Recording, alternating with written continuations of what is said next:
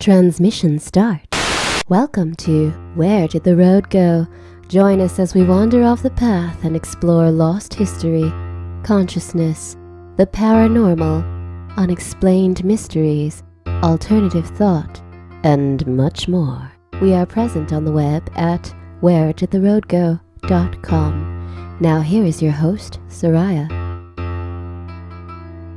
Greetings and welcome to Where Did the Road Go? Tonight is another two-part interview. This is part one tonight, part two next week, and patrons will get it right away, so you get the whole, both parts here at the beginning of the week. And as well, I have a fairly lengthy Patreons-only segment here. And our guest tonight will be Steph Young, talking about not her newest book, because we're a little bit behind having her on. We're going to be talking about Nightmares in the Woods, at least 2 books back at this point. In other things, a bunch of you have submitted stories for a listener stories show. I'm actually, I am working on something for that, and don't think I've forgotten about you, because I haven't. If you have a story that you'd like to tell on the air or have us read on the air, you can contact us through the website, wheredidtheroadgo.com. And instead of doing a full show, we may start doing maybe a couple a week or something like that. If you want to become a patron and help out the show, again, go to the website, and it's only $3 a month. You get some extra content whenever possible. You will get full interviews like tonight's, where it's 2 parts. You're going to get both parts right away. You're not going to have to wait a week to hear the second part. I'm also working on some cool giveaways. Also on the website, check out our forum. You can like us on Facebook. We have a group on Facebook as well. Basically, get in touch with us. Talk to us. We like to talk to you. And I want to thank everyone who has supported this show, whether you be a patron or a loyal listener or have just spread the word of the show. This show has so far exceeded any expectations I ever had for it, and I couldn't be happier about it. And I am obviously going to try and continue to give you the best possible show I can every week. Upcoming, we do have Artie Six Killer Clark coming back, and I'm working on a couple big guests who have never been on the show before. Hopefully that's going to happen before the end of the year. And some other special stuff, bringing some people together who may not have had conversations before. A bunch of roundtables coming up with some interesting people. It's going to be a lot of fun. All right, so without any further ado, Here's part one, anyway, of my conversation with Steph Young. All right, Steph, welcome back to the show. Hello, Soraya. Thank you for having me. And we're going to talk about a book that's now 3 books old, I believe, because you write quicker than Nick Redfern at this point. I do, don't I? I do 16 hours a day, so yeah, I do a lot of research. And it's been a bit since I've had you on, so we're going to be talking about Nightmares in the Woods. Yes. And there are some really creepy stories in this one. So I guess we can start off with the Whispering People. Now, this is a Malaysian legend. And, and you had some recent cases that kind of connect to it. Yeah, I didn't really know about these, but apparently in Malaysia, there's the Orang Bunyan, who are said to kidnap people. And the Malaysian Star had written about this in July 2015. And they said that this man was a runner who disappeared on a popular trail in the Bukit Hatamas area, which is in Cheras in Malaysia. Well, it was 8 days into the search for him when a volunteer posted an update on Facebook, and the man called Clash had written, strong evidence, he is still alive. We found fresh blood stains, vomit and footsteps deep in the woods. So these are positive signs. Well, he was a runner for the Harriers local running group who met weekly in that forest to go running and orienting. And the Fire and Rescue Department had gone in there on the search, and the Civil Defence Department. But 10 days into the search, they'd called it off because they couldn't find any other signs. And his car was in the car park, and his cell phone was there, and his wallet. But they had to stop, really, because they couldn't find anything. They consulted with some Buddhist monks for help, and all of them said you'll find him northwest of the foot of the hill, but actually there still wasn't any sign of him. Well, all the local people said the Urung Bunyan had taken him, or the whistling people, and they said that they'd whisked him away to another world that the searchers just couldn't see. Well, this hit the leader of the Harriers running group quite hard, because he had actually remembered the time that it happened to him. Or rather, the time that he couldn't remember, because Hardeep Singh, who was 53 and a paralegal, he'd had the same sort of experience on his own, which to this day remains a complete blank for him. And it had happened in the same woods. And he said, I remember making my way there. It was May 2012. And I was going to lay the trail for the run scheduled that weekend. And then I can remember my wife embracing me as I lay on a stretcher, having been brought down from the hilltop. But nothing comes to mind between that moment and when I arrived at the woods, or how I came to be without clothes. He said, what transpired between that moment that I stepped into the forest until I regained consciousness is just a blank void, despite 3 years having passed. And the police, he said, were involved in looking for me. And when they found me, they said that, they couldn't understand what was wrong with him. And he can't remember anything about it either. And he says, well, people have come up with theories. And one being is that I offended the keepers of the forest. But the question is, of course, how did I end up naked? And survive without food or water, given that it's quite hot there. And he said all these questions remain just completely unanswered. Well, the consensus of the opinion of the local people is that he met with these whistling people, and they're called the forest spirits, and they're said to enchant and lead the forest visitors astray. And you can't see them, but they can see you. And they're also called the magical residents of the wood, and they're supposed to be grouped under the jinn. And it said that if you hear them shouting or singing or babbling in the woods, when you approach the source, you won't be able to even see their shadow. But they're said to be responsible for making people get lost and, abducting people. And they're blamed for the sort of disappearances of hikers and children. And their magic is linked to their ability, obviously, to make themselves invisible, because Bunyan comes from the word sound. So, in other words, you can only hear them, but you'll never see them. So there's lots of stories, actually. There's another one about a 15-year-old boy, and again, it was in the newspapers, and he was called Mod Ghani, and he vanished for 8 days in 2008 in, again, another forested region.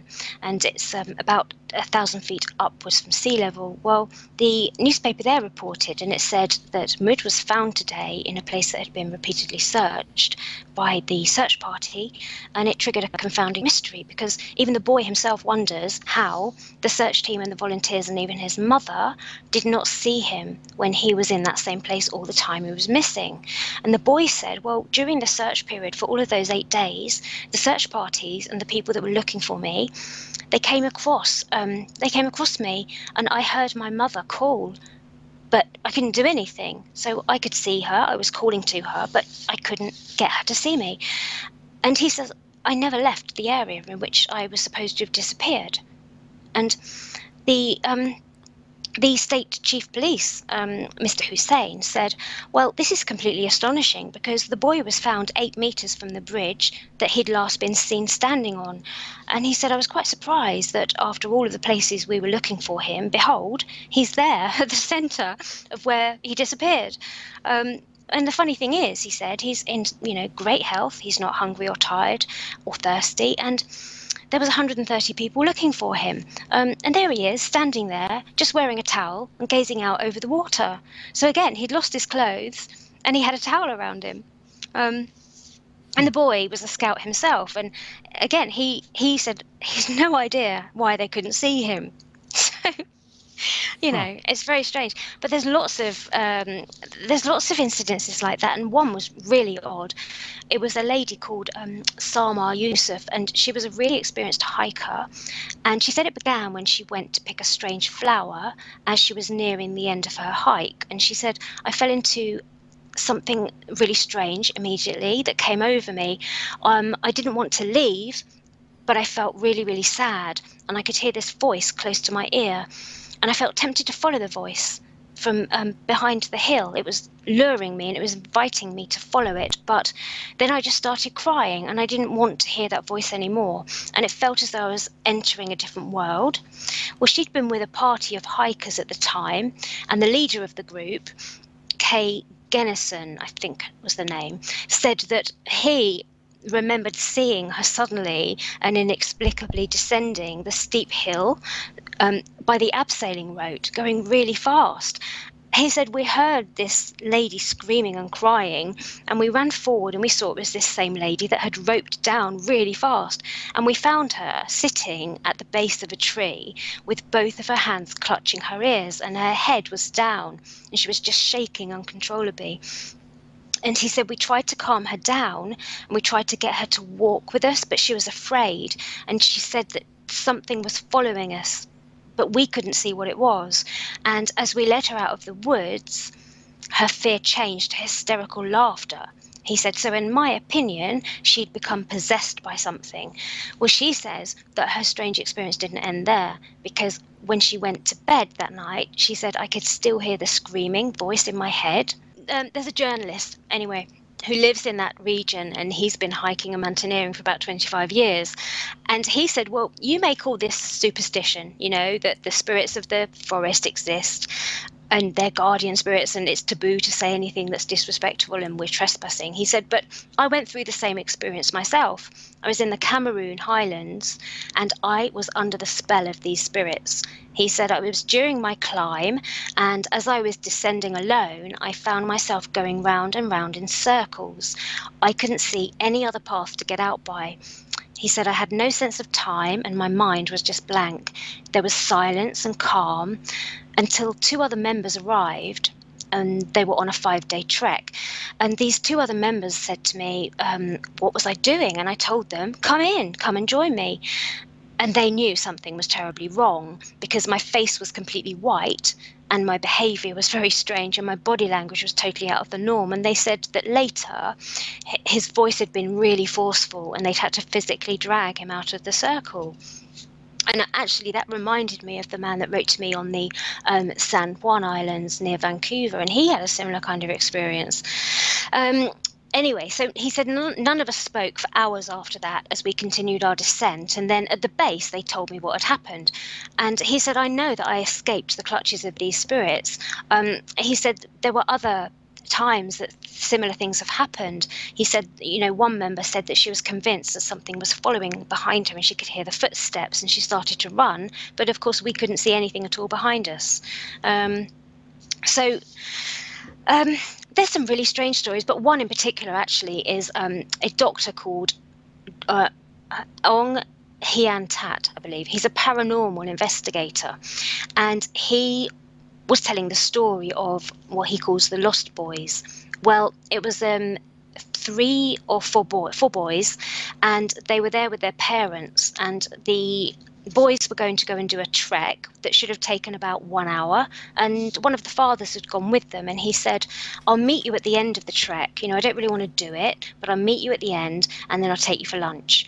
Well, they set off, and when they didn't get to where the father was at the end of the trek, he got a bit worried, and then another hour passed and he thought, okay, I need to get some searches or phone the police or something. So he got people to try and find the boys, and there was no sign of them at all. And then an expedition went into the forest, and eventually they had to rappel down some slopes, and they found the boys. But the boys all independently said that they had been drawn to this really enchanting music.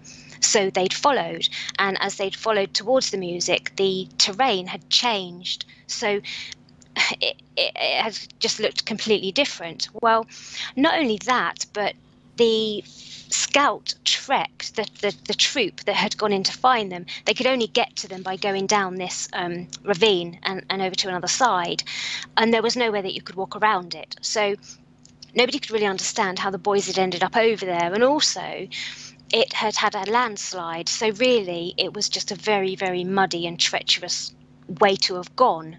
even if they could have gone down the ravine.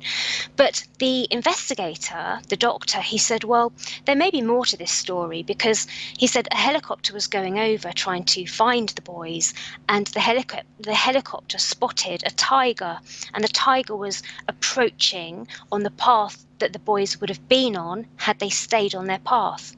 So he said, well, with all these stories about the spirits in the woods, maybe this is a case where they actually intervened and somehow they managed to get the boys off of that path, because the tiger would probably have killed them.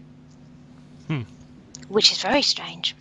Yeah, and I mean, it's so reminiscent of just like the fairy faith in general, with the music. Exactly. and Yeah. And these are all were these all from Malaysia? All from Malaysia, and I know they have, quite strong beliefs in paranormal as well. But I mean, for example, that guy, the doctor, he's quite highly qualified. So, and the chief of police speaking out as well about it. So you think, yes, they're all within the last year as well. So, yeah, but they are very reminiscent of the fairy lore. Yeah, almost to a T. It's just a different different version of it. I mean, the jinn kind of are as well. Yeah. So when you look at all this stuff, there seems to be something that is a constant across cultures going back in time. I mean, we don't normally look at it as the fairy faith now. We look at it more probably as the UFO phenomena. Yeah, and I don't think I described it before, actually, but a man called Matt DeMille contacted me a few months ago, and he described to me his own disappearance when he was a child, and he was in a schoolyard at the time. And he said, I've got documentation, I've got witnesses, it happened to me, there's no doubt about it. And it was a May day when I disappeared, and when I came back, I was borderline hypothermic. He said, but it was May, it wasn't cold. Well, he went on to describe what he thinks happened, and he said, for years I've been ridiculed, I've pretty much suffered from trying to hold out when I've told anybody, and they say to me, well, it was an alien abduction, and I've held out because it wasn't. He said, and yet you could say it sounded like a fairy abduction, and it was like I was taken to another dimension. And yet, he said, I wasn't in a different dimension, but it was as though a veil opened up and I was in between two worlds. And he said, when I saw what was in front of me, it was like I could see everything. Now, I can't describe what it was he saw, but he has never sort of deviated from that opinion. But he believes that from the research he's done over the years, that he was part of a Montauk project. Now, whether that went on or not, in Long Island, it is hard to know because I don't know anything about it personally. But he seems to have come back to this dimension with some really strange abilities. He went to the film school in Los Angeles, and he's quite a genius, really. He's developed video games and movies and things, and he sort of comes up with ideas and concepts that you then see coming out years afterwards. So it's almost as though some kind of ability to predict or come synchronistically come up with things prior to them coming out. He also had something that kind of affected him from the experience, in that he was, because he contacted me initially because I'd written about this place called Assinet Ledge, where people were reported to have had this feeling that came over them, where they just felt doom and they wanted to end their lives, in a forest. And he'd written to me about that because he wanted to know more about it. And that's when he told me about his own experience. And he said, I went to forest myself, and I've had this really terrible sensation that I've wanted to do things to myself. Regardless, he's kind of suffered for having stuck to this story. But so his point really has been that what he believes he went through felt very much as though it would have been classified as a fairy abduction, so taken to some kind of other world. But he believes that it was technologically done to him, so almost as though this is being manufactured, So it was a manufactured reality made to emulate a different dimension, or the fairy portals. So that's how he believes that it was done to him, with the Montauk and the, he said about wanting to have certain blood types or bloodlines, and using some particular boys because it was easier to tune their DNA to frequencies, and and then you get into the realm of stargates and things, and it kind of goes over my head. But it was very interesting, and in fact it was only when I was reading through his account again the other day that it kind of clicked what he actually meant, and that was what he was saying, and I didn't really get it at first, but that was what he was saying. I should have come back saying, yes, I was taken to a Celtic otherworld, but it wasn't that. But it was very esoteric what happened as well, if that makes sense. Well, it makes sense to me. That's fascinating. I mean, whether that's possible to be done. He's a very, very sincere person. Everything he says to me seems to check out. And I know that it sounds a bit strange, but it's probably possible that it could be done that. I mean, we don't have any idea what various government agencies may actually be capable of. Our technology advances at such a rapid rate that the black projects, the stuff we don't know about, has to be decades ahead of us at this point. Well, it must be, mustn't it, by now? And I mean, and it may have been gone. You have the whole breakaway civilization idea that these groups are so far ahead of us that they're literally forming almost a different civilization. Yeah, I mean, it does make you wonder what they were taking them into that fabricated sort of dimension for. What's the purpose for it? But yeah, I don't know. It's fascinating. I'd like to know a lot more about that. And as I say, it didn't really click at first what he was saying, and then I realised what he meant, because I couldn't work it out. I thought, what do you mean it wasn't like a fairy world, but it looked like a fairy world? But it was done through this, I mean, he calls it Tesla-based technology. So, the manipulation, I guess, of frequency, density, all of that kind of thing, in order to warp. How does he know it was technological? Well, because he's done a lot of research, and he believes that he was one of those boys that was taken to be experimented on. So that's what he thinks was being done to him. So that was the reason. I would think even if he was experimented on, it may have opened something up in him that allowed him to access these other dimensions, perhaps. It's possible. Either way, yeah. It's possible. And what's interesting, I suppose, is that it's almost like he came back with these abilities that have made him ahead of us all. In some ways. Because he pointed out things in films, and he's sort of shown me the proof where he has predicted or said something that's then come out. And you could say that's coincidence, but then how many times would that happen for you to be ahead of something and then to have it? Kind of like, people say about predictive programming and things. Well, I guess it's kind of like that, but it seems to be that he got something from it. Not that he wanted those experiences, but something came back with him.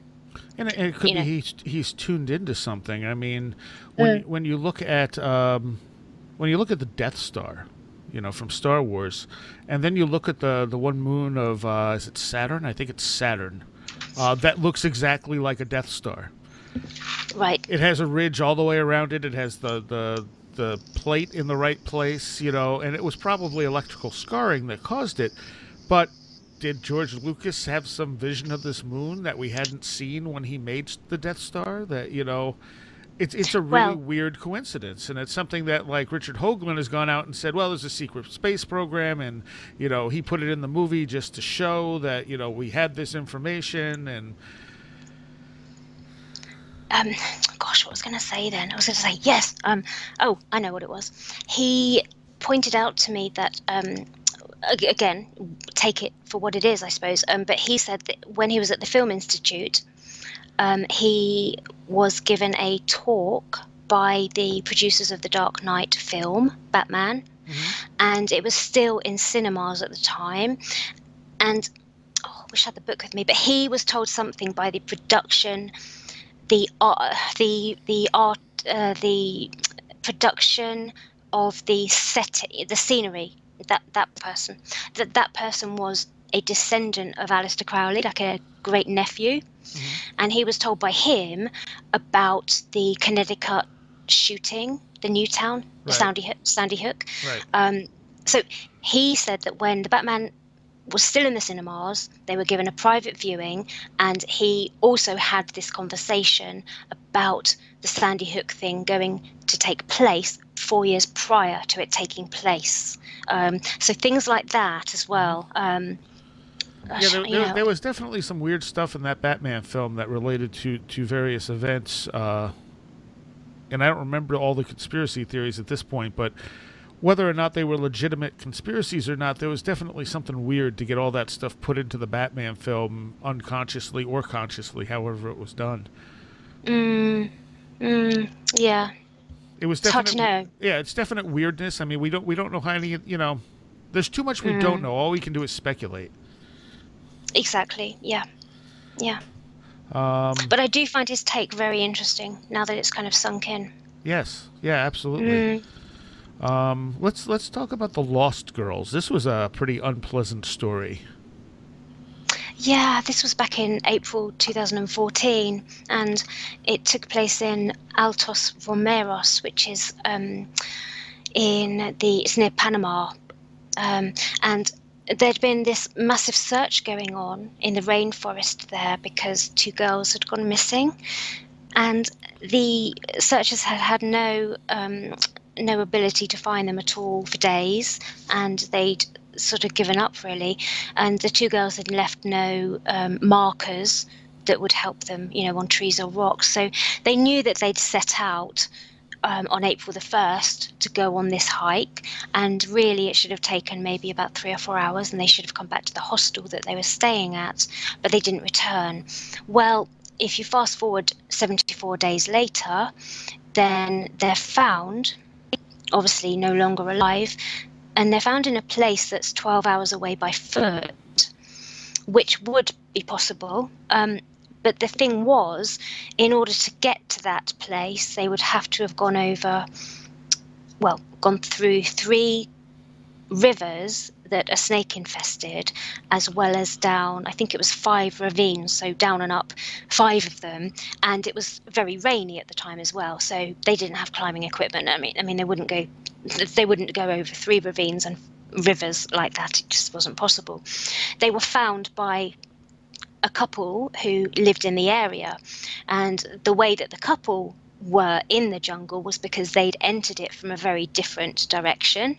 So it is accessible from a few miles away, that you can get into the jungle, but you couldn't get to it from where they'd gone to. When the couple were in the jungle, they found a backpack, and they opened it and they found the passports and $80, sunglasses, cell phones, camera, and it was all very neatly packed inside. Well, they also then found, the passport photos they recognised from the missing persons posters that had been up. But they had a look around, and they then found a boot with part of a foot in it, and they then found a few bones. But the strange thing was that the backpack was in really good condition. So even though it had been in the open for 2 months and rain had come down on it, it was as if it was brand new. And so it didn't make sense that they could have gone down ravines and across rivers with that backpack or their clothes. So the boot was there, and the human foot inside. And so obviously the couple went off to get the police, and the prosecutor came back with the police to go into the jungle, and they were looking for the human remains. Well, they found a pair of shorts lying on a rock, and beside the backpack, but the shorts were laid out on the rock very neatly, and with even the buttons done up.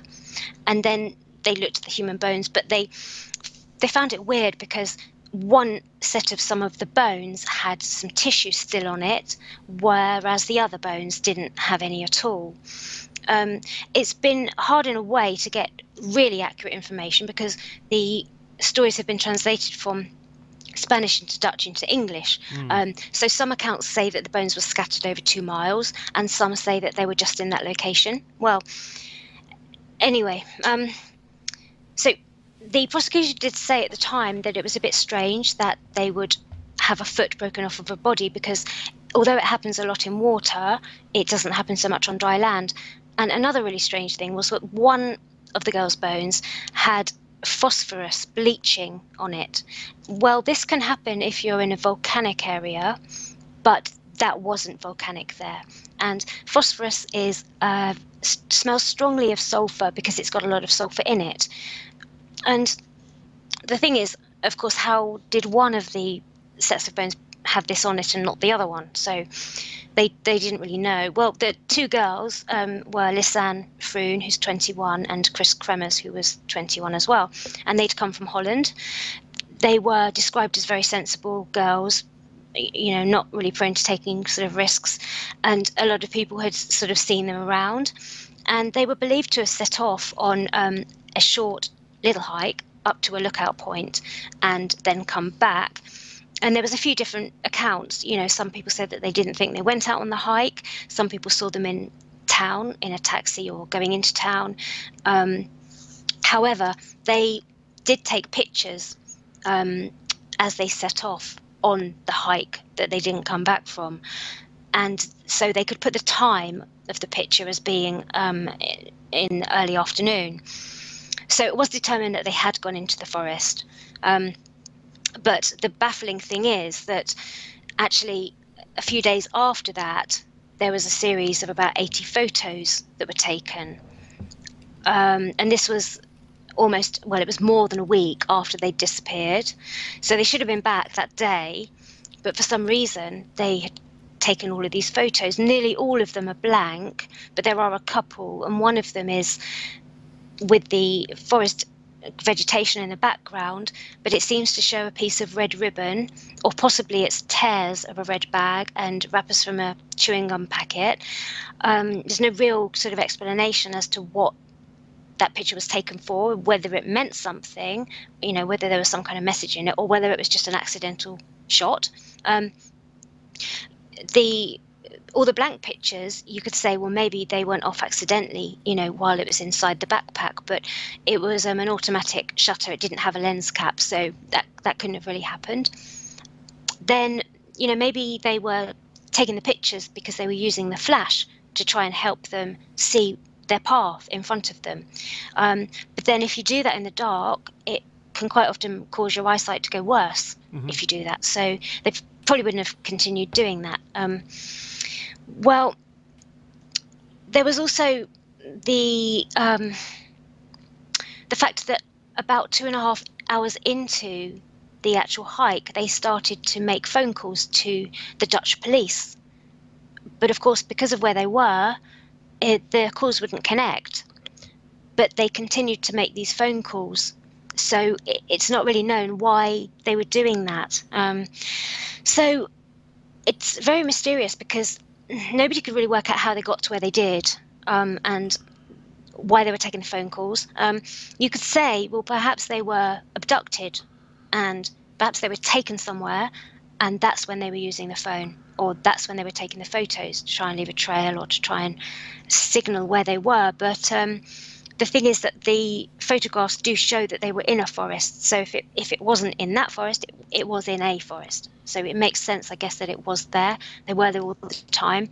But after a few of the phone calls, after a few days, the phone that was there making the calls, when it was used again, they were never able, whoever was using it was never able to put the password in again.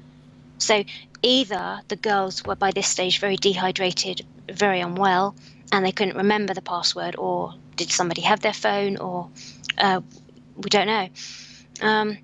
So the coroner said, well, there was no sign of trauma to the bones that we found. There was no signs of any injury at all having taken place, no sign of animal or human attack, no bite marks, no knife marks, no dissection marks, and also no blood at the scene. The cause of the phosphorus has also never been determined. So you could have said, well, it was an abductor who tried to destroy the evidence by bleaching the bones to, destroy the corpse. But it doesn't appear that they were out of the forest.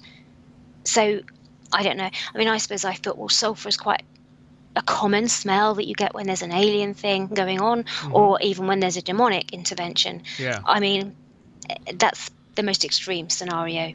But otherwise, I don't know. That I thought at first someone was trying to destroy the evidence, but there's no injury to the bodies either. So, well, the prosecutor would eventually rule that the girls had fallen into the river and been dragged away, or that they'd been attacked by a wild animal. Now, there were pumas, snakes, panthers in the forest, but the families just weren't impressed with that at all. And their lawyer said, how could they have died of an animal attack or a fall when there were no injuries, no markings or bruising, no nothing, no drag marks, and where was the blood? So they also said that the river wasn't that fast flowing at the time of year, and besides which, where their bodies were found was upstream. So they couldn't have been dragged upstream. They couldn't really understand also why, if the prosecutor was saying, well, they obviously fell in and they were dragged in the water, why their clothes were completely intact and why the backpack was clean and undamaged and why the shorts were laid out. So it's a mysterious one, because they couldn't have been dragged upstream. They weren't killed by predators, and nobody knows how they got to where they did, and their skulls were missing. Yeah.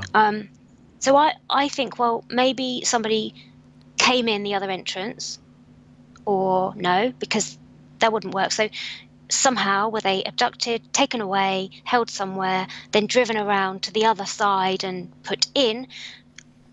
But then why was one body more destroyed or decayed than the other one? Where were their skulls? Why were there no marks on them? It's just one big puzzle. It is. It could have a perfectly mundane explanation, and it could be that they simply were walking, they were lost, and so they tried to call for help, and they couldn't get help, they couldn't get out, and they simply died of dehydration, and that was it. That could have been what happened. Hence which they wouldn't have marks on them. They wouldn't have been injured, and so that it could have been that, but it still doesn't really explain how they got through those rivers and over the ravines. Yeah. I don't know. Yeah, I don't know. It's definitely a disturbing story. Obviously, we don't have all the pieces. There's something we're not seeing there that happened to these girls, but...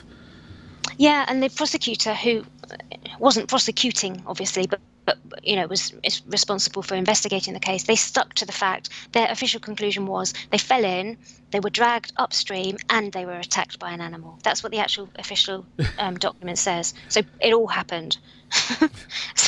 Well, you know how you know how streams tend to drag people upstream all the time, especially when a puma is pulling you upstream. Right. Yes.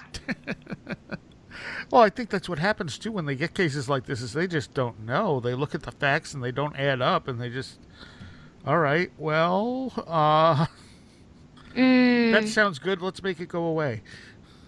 Yeah. I mean, it's sad for the families because they just won't accept it, Right. Well, of course not. Now, I'm interested in what Joshua Cutchin might have to say about the sulfur smell. What do you think he would say? Well, I don't know. That's what his new book is on, is smells. Oh, is it? Yes, and he said that sulfur is the most common smell in all paranormal events, if I'm not mistaken. It is. It is. For hauntings, for any type of paranormal, for hauntings, for demonic, yep. It always is, which is why, you think, or was it an alien type thing, or was it an elemental type? Yeah, exactly. Oh, that would be interesting. Is it out yet? It is coming out very, very soon. It's done, but it's still going through the final touches. Oh, wow. That would be fantastic. That would be very interesting. So I'll have to ask him, or when he listens to this, I'm sure he'll comment down and tell us what's up. I'd love to know. Yeah. So I think the next story we had marked down was one that went pretty viral. It was about this guy who was looking for an M-shaped cave. Yeah, because I'd put it on my Facebook because I thought this is really strange, and somebody had contacted me saying that they'd worked out the coordinates for the cave. Well, I'm sure that most people probably know of it, but a 47-year-old man, he was an amateur explorer, and actually he comes across as a really lovely guy. His name was Kenny Veach, and he was always going out hiking. Well, he went out into the Sheep Mountain area of the Nevada desert, and he said that he found this really strange cave. And he said that it was shaped like a big M, and that as he approached it, it gave him a really, really strange sensation, almost like it was very magnetic, and it was vibrating through him. And it gave him quite a fright, really. And he said that he'd gone there, but he didn't have a gun with him at the time. And he felt that there was no way that he was going to go any closer without going back with a gun. Although, of course, what a gun would do against a cave, I don't know. But he felt almost as though, I suppose, something was inside the cave, you know.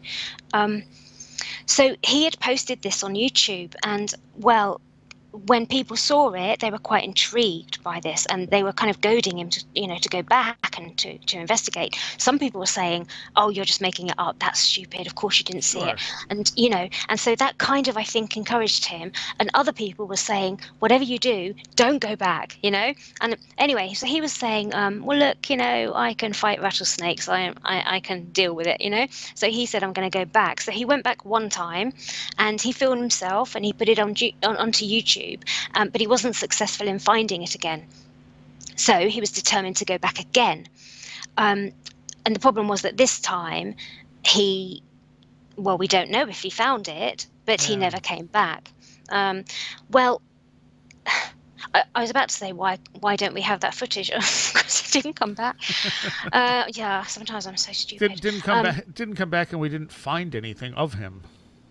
That's it. So, and I thought, okay, because a lot of people said, well, this is a hoax. Of course it was. And in fact, he actually had posted a video that I was watching today, and he had put his house up for sale. And in the video, he said, "This is an unusual offer, but I'm selling myself with the house." So I watched it, and he was actually just saying, I'm willing to act as a caretaker. So there was some suggestion that he was in financial trouble and he needed to begin again, and he needed to get himself back on his feet again. There was also possibly the suggestion that he had mental problems. He doesn't come across like that. He looks like a lovely person, but his girlfriend actually has posted quite a bit on YouTube, and she was saying that she's convinced he killed himself because his father had done so. Well, the thing was, of course, the interest about it was heightened because it was very close to Nellis Air Force Base. So, a mystery cave and a mystery base, and you think, well, is there something, more secretive going on here that we don't know about? And I think that's why people really wanted to sort of follow it. So there really are records of him having been looked for. So it genuinely was a search. So it didn't seem to be some kind of hoax. And the investigators that were looking for him, they found his cell phone beside a mine shaft. So you could say, well, he killed himself, sadly, and he went in the shaft. But they searched it and there was no trace of him. So I don't think that animals could have got to him. Maybe they could. I don't think they could have got to him down there, but I could be wrong. Well, it was a genuine disappearance, it seems, anyway. And of course, nobody has been able to find the cave. Although, interestingly, I saw, again, I was just checking up on the case today, and I saw that 2 boys had gone out trying to look for it. And I'm not sure how far they got because I stopped watching. But I did see another person had said that they were going to go out and do this expedition, and they were going to keep everybody up to date with it. This was a few months ago, and they were going to post it all on Twitter. Then his account just had nothing else. He'd set off, but nothing else was reported after he'd gone. So I don't know if he's disappeared or whether that was, I don't know. And so, again, it's one of those ones you think, well, what really happened and what was in that cave and why would he feel scared? Because, he hiked for all his life. What was in there? Well, a man called John Yazzie, who was a former Marine and also a ranger, and a forestry technician, so he spent all of his life in the outdoors. And he said, well, you wanted to know where that cave was, so he sent me a list of coordinates. And I mean, I haven't gone out to look for it because I'm in London, but so maybe I think he's pretty clever, this guy, so he thinks he's worked it out. So maybe somebody could go, but not disappear. But he added something to it in a way, because he comes from a Native American background and tradition. So he was describing to me how there can be, according to their beliefs and experiences as well, some kind of ability to create temporary portals that can be hidden. So these caves could exist, and the people who are part of the sort of Skinwalker tradition in the secret society that they work in, they can have the ability to sort of mask a cave, and they can unveil it as they go towards it in order to go inside and perform the ceremonies. And he gave a couple of examples. He said that my aunt lives in the northwest corner of the Navajo Indian Reservation in the Coconino County. And she had been telling him about this place that you can go to, and it's in the cliffside, so you'll never see it. But if you were to go there and you're part of this little sort of group that performs the ceremonies, you'll be able to open it. But when you come back out from it, it will just go back to how it was. So, is this the power of illusion and the ability to mask it with some kind of magical ritual? Or not, I don't know. And he told me quite a bit about, he was very informative actually about the Skinwalker tradition and the sorts of things that they do, which is quite rare, because actually, I mean, I've got a book that comes from 1920s, I believe, that I still haven't read, but it's really hard to get information about the Skinwalkers because, of course, they don't talk about it much. Yeah. But he also told me something really interesting, and he wanted to keep their names out of it because it had quite a sad ending. But he was working with geographical scientists, and they were out doing a survey. And this sounds incredible, but they were employed by the government actually, and they were walking past this cave-like place, and they encountered what they would call a troll. So if you think about, the Norwegian sort of trolls, what they look like, it looked like that.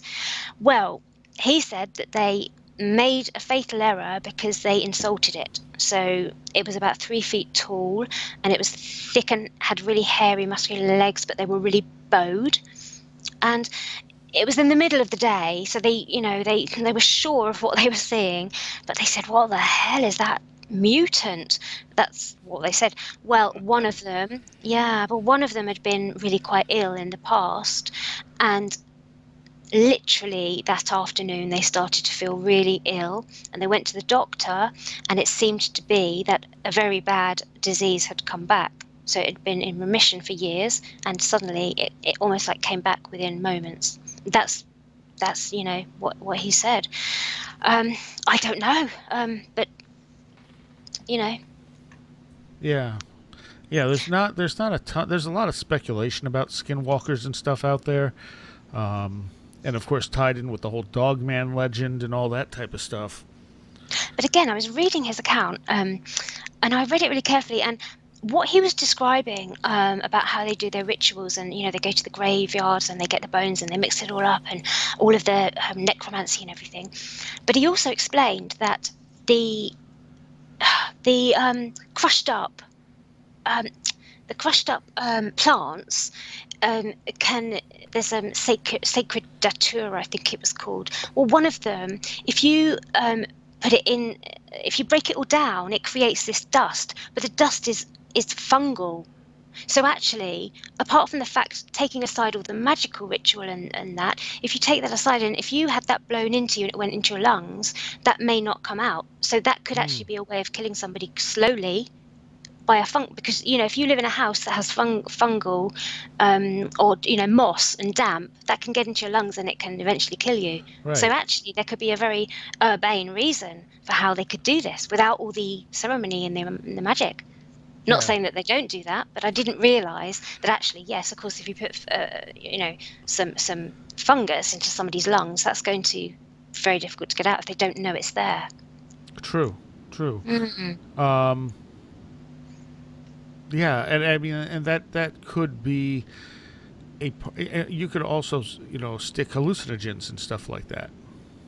Well, this plant, I believe it was Sacred Datura, is highly alkaloid, and actually, if you don't handle it properly, you'll end up killing yourself with it because it's so highly toxic. But he was telling me, because he was also talking about the case of the boys that are being found dead in the rivers and how they could have been overcome, and he was saying that you can make from, I suppose, Native American natural plants, you can make that kind of strength of something that you can, give to somebody without them realizing, that will totally knock them out. So that's a way that you could overcome someone and overpower them. Yeah, kind of like a different version of a roofie. Yeah, just a natural way, yeah. And I know there were cases, too, of people being assaulted on the street where someone would blow powder in their face. Yeah, I read that in our English papers over here. It was in the papers last year, I think, and it's called scopolamine, isn't it? Yes. And you can literally blow it in somebody's face, march them. Well, you don't have to march them. You just say, "Would you like to take me to your bank and take all your money out?" Mm-hmm. And they can give it to you, and they have no memory of it. Wow. There's actually a movie called Upstream Color. And right. I hesitate to recommend it because it's a very weird experimental movie, but that's kind of what's behind that too, where where a girl is kind of drugged and forced to just do whatever this guy wants, including emptying out her bank account and all kinds of other stuff, and doesn't remember what happened to her. Oh my goodness. However, the movie is shot in such an experimental and weird way, it's a little hard to follow. So unless you're into experimental movies, I wouldn't recommend it whatsoever. It's by the same guy who made Primer, which is one of the best time travel movies in my opinion. I've seen Looper's good. Looper, yeah. Primer was a very low budget movie, but the concepts behind it were absolutely fantastic, and it's one of those. It's a little bit of a sleeper. You get to the end and suddenly you go, "Wait, what just happened?" Oh, no, I haven't seen it. I have to watch that. But, yeah, I mean, in this M-shaped cave, I mean, on the face of it, I can understand why people would be saying, he was full of it. It sounds like a fake story. But that doesn't mean it is, because sometimes, we don't know what's out there.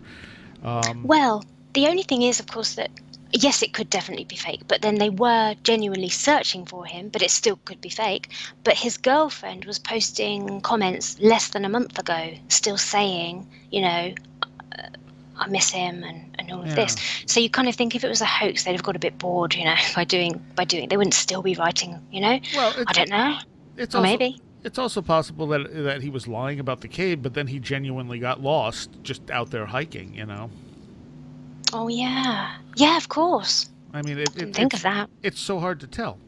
I mean, he had nothing to back it up. I mean, he doesn't necessarily have a reason to lie, but some people just like to tell stories. So it's it's one of those things where it doesn't sound like anything I've ever heard of before, I think is what it is. And that's why it comes off feeling a little bit like, well, he could have just made this up.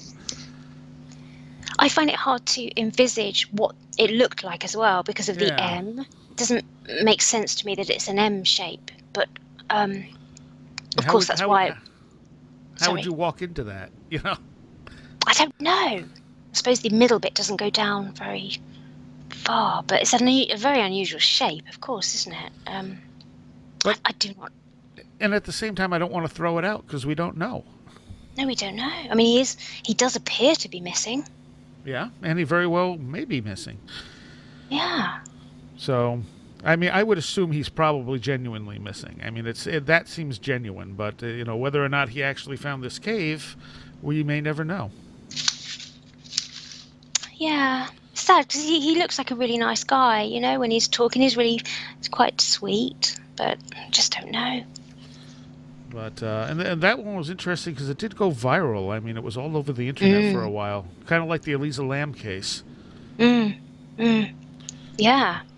Somebody sent me something, actually. I've got to go through that because they found a connection to another case. I've had 2 cases this week where people have sent me things that tie into other things I'm looking into that are staring me right in the face that I couldn't see. Huh. Yeah. Is that and one of them's...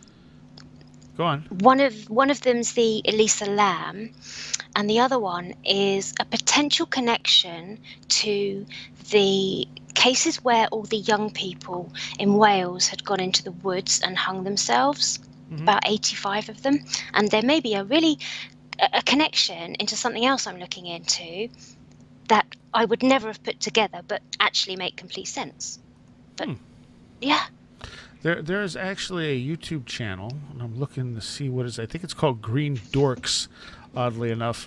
But he does all kinds of stuff, and one of the things he did do is take apart the Elisa Lam case piece by piece and had some pretty interesting conclusions from it.